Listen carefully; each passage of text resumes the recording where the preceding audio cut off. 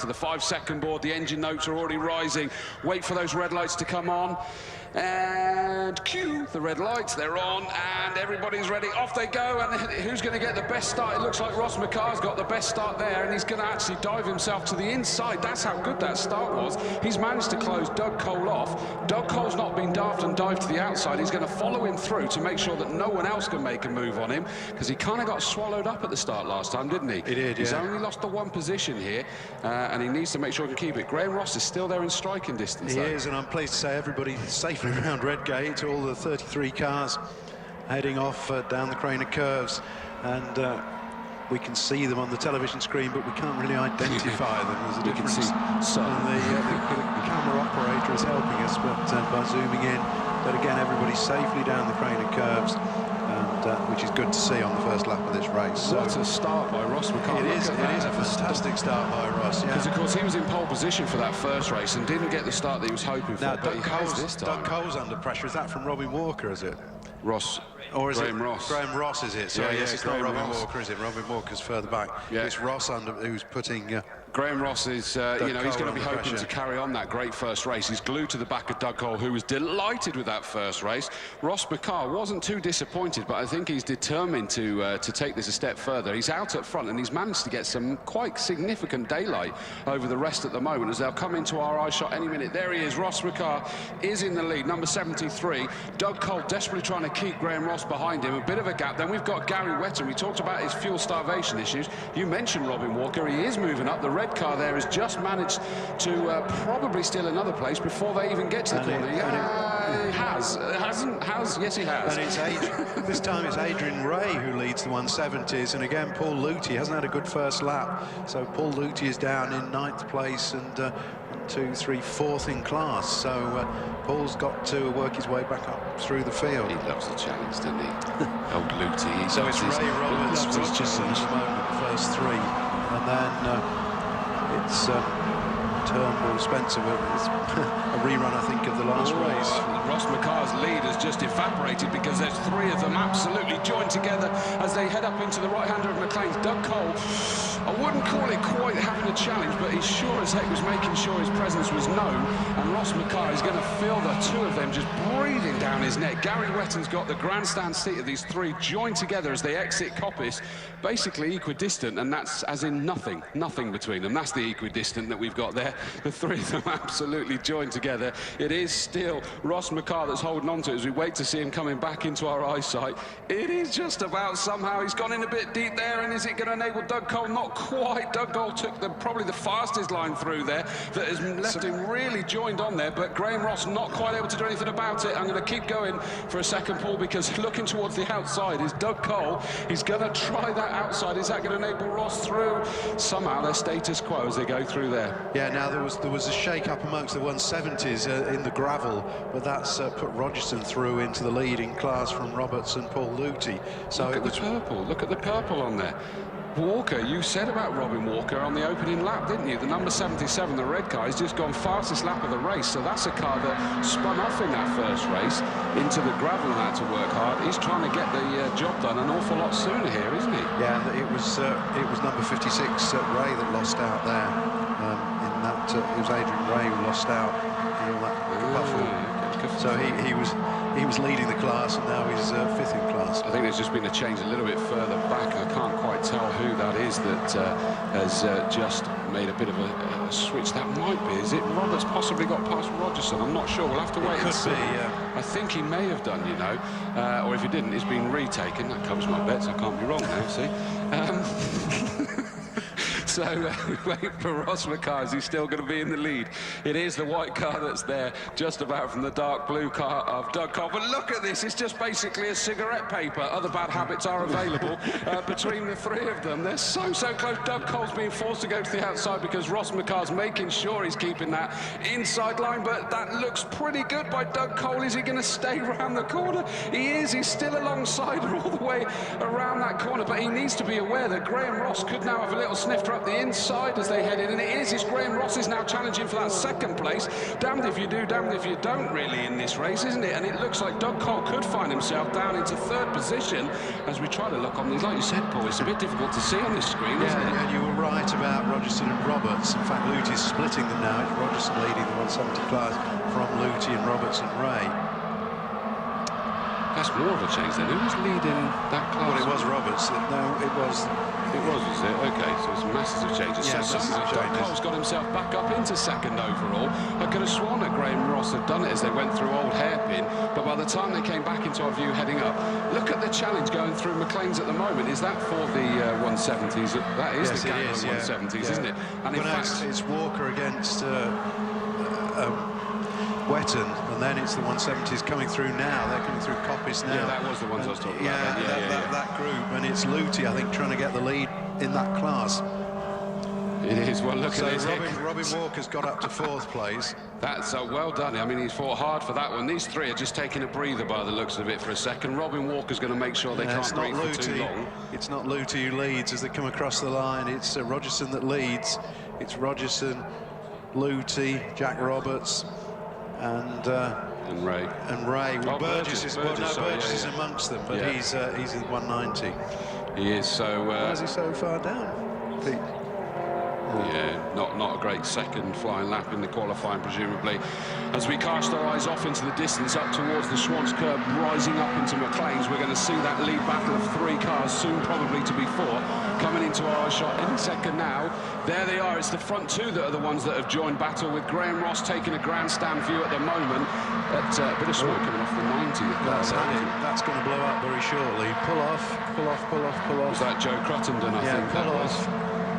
Please pull off. Oh no, I got to hope that's not dumping oil around Redgate. This is going to get interesting if it is. Stop smoking, is it? Still going. There's three abreast coming down the straight towards us, but I've lost track if that's the 170 battle or whether it's our lead battle. We'll have to wait and see. That's it's the lead battle, isn't it? The 170 battle. No, it's the lead battle. This is the lead battle, And we have got to change. Oh, and we've got contact between the second two. The pair that is there is Ross McCarr just made contact with Doug Cole on the exit onto the start-finish straight, but Graham Ross doesn't care because somehow he's managed to sneak himself up into the front position now and put daylight, especially with those two scrapping behind him. All the while, that's pulling off up there. That's the car that was smoking. I was about to say, I was pointing at it, smoking all the way up the hill there. But it's all change at the front. It is Graham Ross now, 92, that has the lead. Ross McCarr in second after having a comfortable lead for a while. Doug Cole there desperately trying to make a move as well. Robin Walker and Gary Wetton, that were largely joined together there. Rogerson and Lutey still have the lead in the 170. It's all going on, isn't it? Yeah, and looking down to the 160s, it's...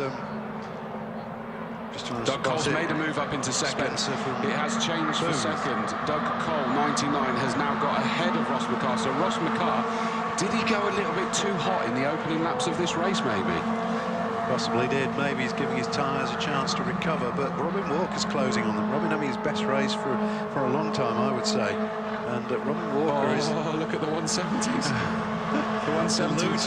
Well, you see, you've got Burgess amongst them, haven't you? Burgess has got ahead of them now. So Jason Burgess has got ahead of all the 170s. I think that's good for the 170s. Yeah, it is for the 170s. So I think it's still Rogerson that just leads from Paul Lutey as the leaders come across the line. Almost half distance gone in this race, and Ross McCarr falling back with the first five still covered by 3.4 seconds. Ross McCarr has just done a personal best lap time. That kind of makes that difficult to read, to be honest with you, doesn't it? But Doug Cole's got a new fastest lap of the race. So Lutey leads the 170s. For the first time today, Paul Lutey leads the 170s from Rogerson. That means that Rogerson actually got compromised with Burgess coming through. I think he probably did, yeah. So, yeah, out front, Doug Cole fastest lap of the race. So Will Payne has retired somewhere in number 7, so I'm not sure why that's happened. Can't see anything in our shot, can we? No, we can't. No. So, yes, all personal bests for the front five, so I think they're aware that they need to be pushing, but that does negate, we were saying that Ross McCarr was taking it steady. He's dropping away from the front two, but he's not. He's still doing personal best lap times. Yeah, and his headlights ablaze, I think. So that's not going to psych Doug Cole out, is it? Goodness me. No, it's still Paul That's a Luty. wily old character. You can see it's still Paul Luty leading the 170s from Rogerson. Yeah, it really is good news that Burgess has managed to clear them and leave them to their fight now. These front three are really just settling down, and it doesn't look like Robin Walker's making any inroads anymore. They've all just done, the top four have actually still all done green personal best, with the new fastest lap of the race to our leader, Graham Ross. So they are still getting quicker, even though it looks like they're slowing down. Very intriguing. And here come the 170s, so Paul Luty just eked out a little bit of a lead. And now Rogerson's under pressure from the winner of the class in the first race, which is Jack Roberts. So Roberts is going to try and get past Rogerson as they go towards Redgate.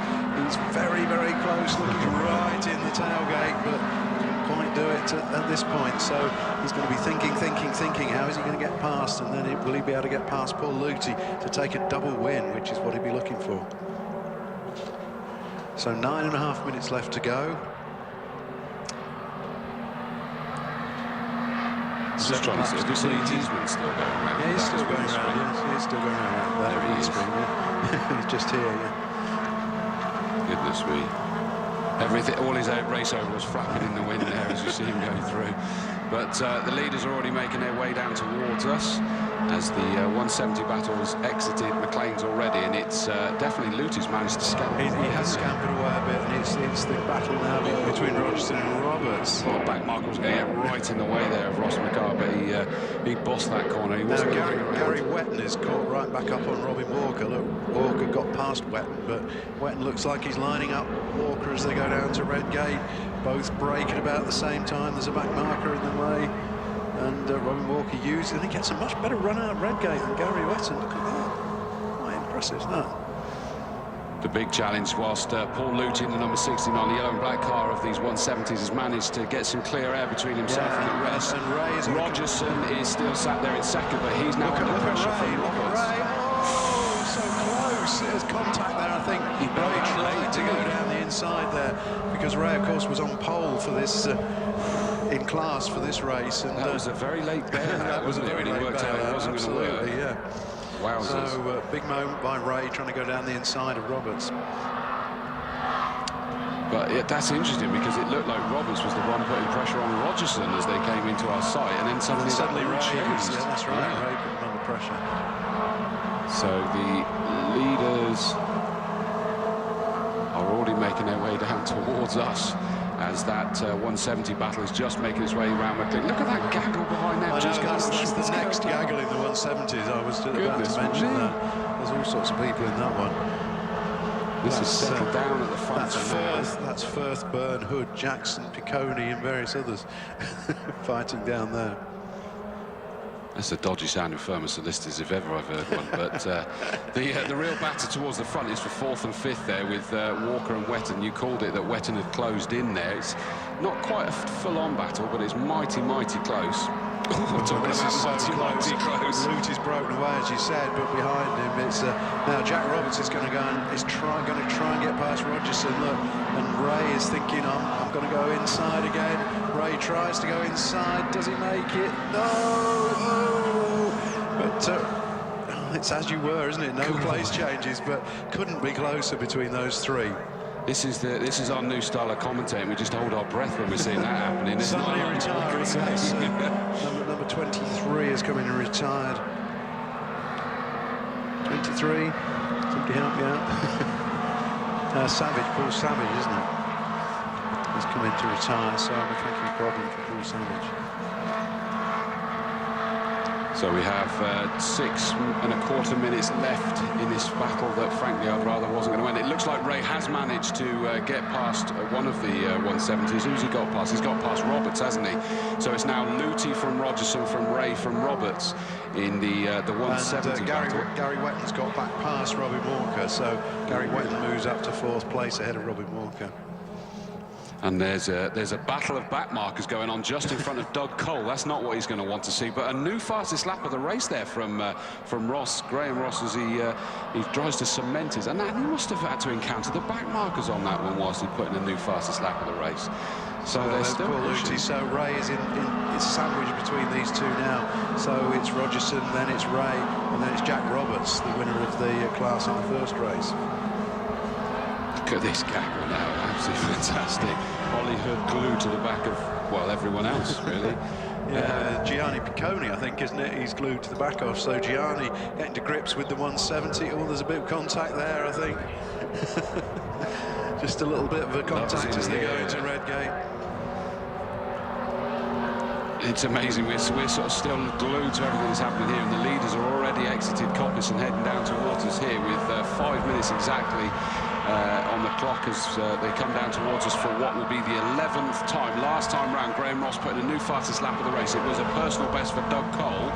That's a big old gap. It is a big old gap, yeah. That is quite an incredible gap there, but Doug Cole's still there, Ross McCarr still there. He's going to be frustrated, I bet, because he had the very comfortable lead.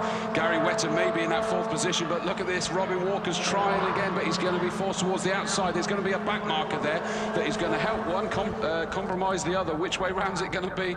The back marker staying towards the outside, so it means that Robin Walker just had to slot himself back in behind Gary Wetton's car, and they're now just going through Hollywood and going to be able to dispatch with that back marker. But it's as you were. Yeah, Graham Ross put in a lap that was almost 2 seconds quicker than Doug Cole that time round.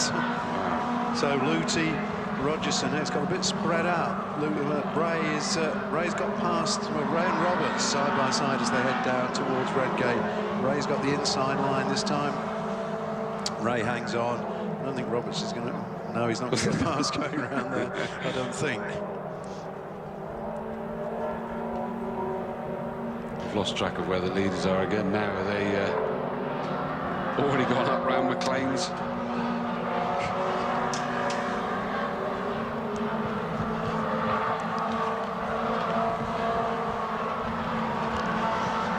As here he comes, it is still Graham Ross that's got the lead. Having started on the 2nd row, 92, Graham Ross through. He comes to complete another lap. It's not a fastest lap of the race this time as it has the previous 2 tours of this circuit. Doug Cole sat there in 2nd, 2.7 is the gap now. Ross McCarr still sat there in 3rd. Then it's a pretty big gap before Gary Wetton's there, still holding off Robin Walker, and in fact he's managed to get a couple of car lengths, maybe even 3 car lengths between them this time as they head down to the right-hander of the first corner of the lap. Dispatched with that back marker, just able to focus on themselves. Now, what kind of run has Robin Walker got there as they head towards the Craner curves? We now train our eyes back towards the right, waiting for this 170. Through goes number 16, Burgess, who's sort of in no man's land, but he's managed to get past all these 170s. Paul Luty now having a lonely race, but I bet he's not disappointed because it's for the win in that class if he can keep it. Rogerson's on his own, not the next 2. No, Jack Roberts is on the outside, but I don't think that's the way to overtake. He tried that last time. He's going to get forced out. Yes, he does again. So he can't make it up into the podium. It's still Ray hangs on in that 3rd place. That goes to show how close this championship is. That, you know, Roberts can go from a victory in class first race to now he's there in 4th, trying to get onto the sort of class podium, if you will. So I think this championship is going to go to the wire this year, as the leaders are already coming through. Well, we've got 2 minutes left, so penultimate lap. Through he goes to complete the 13th, so it's going to be a 15-lap race. Remind myself, how many did they do last time? 15 laps, there you go. As if by magic. It's crazy. Yeah, look at Robin Walker, he's right in the slipstream of Gary Wetton, and he's going to pull out, but Gary's going to try and drive that narrow line. Goodness the narrow me. line and push Robin Walker wide. That's what I was trying to say. And he does exactly that. Yeah. Is that the same as I'm fat thin? Is that the one? Whatever. So it's Jason Burgess anyway in 5th place, and then Paul Luty having quite a lonely race now, isn't he, Paul Luty? He won't mind when it's in that first position. Now, Ray's got a problem. Look, Ray is slowed, and in fact he's got Ryan Firth, who had a retirement in the first race, didn't he, Ryan Firth? So he's going to be pleased with that, because that suddenly puts him up into 4th in class. No, not, yeah, so did he just miss a gear and he's got them back again? Yes, because Ray's back up there again ahead of Firth. Yeah, So. Firth, we hadn't noticed Firth creeping up the lap chart, had we? So across the line it was Firth against Ray, but Ray took the place back at Redgate. So just a few seconds left on the clock as Graham Ross crosses the line to start the last lap from Doug Cole and then Ross Makar. So at the moment, first three well spaced out really, but who's got to be in fourth place? That's the next thing. It's still the predominantly white car of Wetton. He's got Robin Walker right in the slipstream, and they're being caught by Jason Burgess, aren't they? So is that's not Jason Burgess, is it? No, Burgess is further back. Sorry.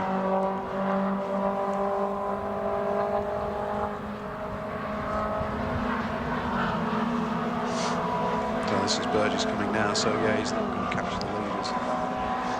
No chance. Crosses the line. No chance. Too many orange and black cars. And then there's Paul Lutie comes through now to start his last lap. No time left on the clock. It's still Roger Sid in second place, and now of course it's Roberts in third place, Ray in fourth place, and Firth in fifth place. So that obviously was just a temporary glitch he had there, then, wasn't it? Yeah, it was weird. Must have had a moment or something. And then there's this great gaggle James going Cole, on. Richard Marsh and Co, yeah. I made the comment saying that Paul Lutie won't mind about it being lonely. Do you know what? I actually retract that, because he is the kind of guy that will be disappointed with having a lonely race. He loves having a scrap. He'll happily come second if it's been a fabulous scrap. And here comes our leader through for the final time to take the checkered flag. 92, Graham Ross takes that checkered flag, punches the air in his car. You can see that clearly. Doug Cole through in second position. Graham Ross will be very happy with that, because of course he could have had the victory in that opening race, and he was the one that sort of probably had the plate that Ross Makar had. Wetton for fourth, just ahead of Robin Walker, so he holds Walker off, crosses the line now, so Gary Wetton finishes fourth, Robin Walker finishes fifth. And then there's a long, long wait, isn't there, for Burgess to come through. Although he hasn't taken a checkered flag yet, the 160s looks like it's going to be Matthew Turnbull again is going to take that class victory. So a great performance by Matthew today. That'll give him the championship lead, won't it? 2 wins, because the other races have been split. So Paul Lutie crosses the line now. He wins the class. Rogerson second, Jack Roberts third, Adrian Ray fourth. And then it's Ryan Firth, and then the rest stream through. Can you come back for a third race, MG Trophy? We want another one before the end of the day.